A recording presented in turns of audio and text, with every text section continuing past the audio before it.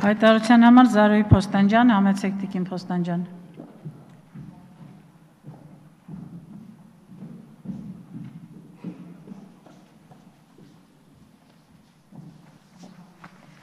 Հարգելի գործընկերներ, սիրելի հայրենակիցներ,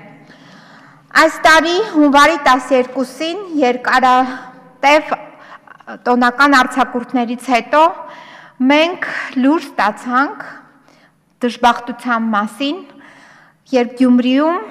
Ավետիսյանների ընտանիքը սպանվեց եւ հետո շուրջ մեկ շաբաթ անց նաեւ մահացավ փոքրիկ Սերոժա Ավետիսյանը։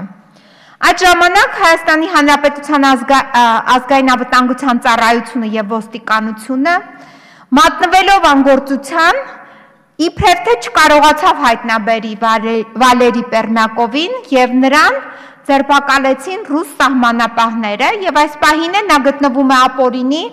102-րդ ռազմաբազայում։ Այսօր առավոտը լուր ստացանք, որ ազգային անվտանգության ծառայությունը համատեղ Աղվան Հովսեփյանի գլխավորած ծառայության հետ անցկացրել է խուզարկություն Ժիրայր Սեֆիլյանի բնակարանում եւ նրա համախոհների բնակարանում, իբրև թե նախապատրաստվող հանցագործության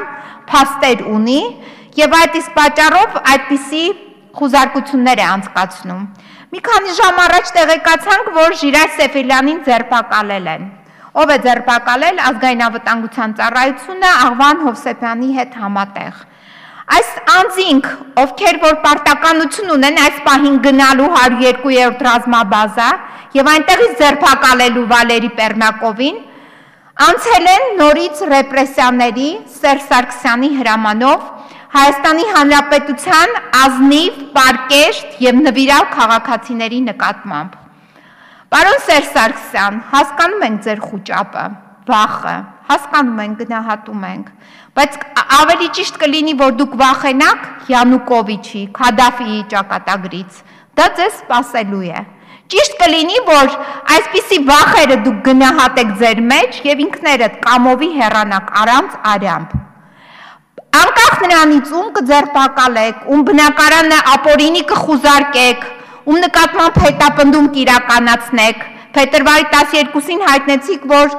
դուք պետք է որոշեք, ով պետք է զբաղվի Հայաստանի Հանրապետությունում քաղաքականությամբ։ Դրանց հետո ձեզ պատասխանեցին, որ դուք Չարիքի իշխանության ղեկավարն եք, Չարիք եք։ Միևնույն է, այս հարցերը բոլորը օրակարգում մնում են։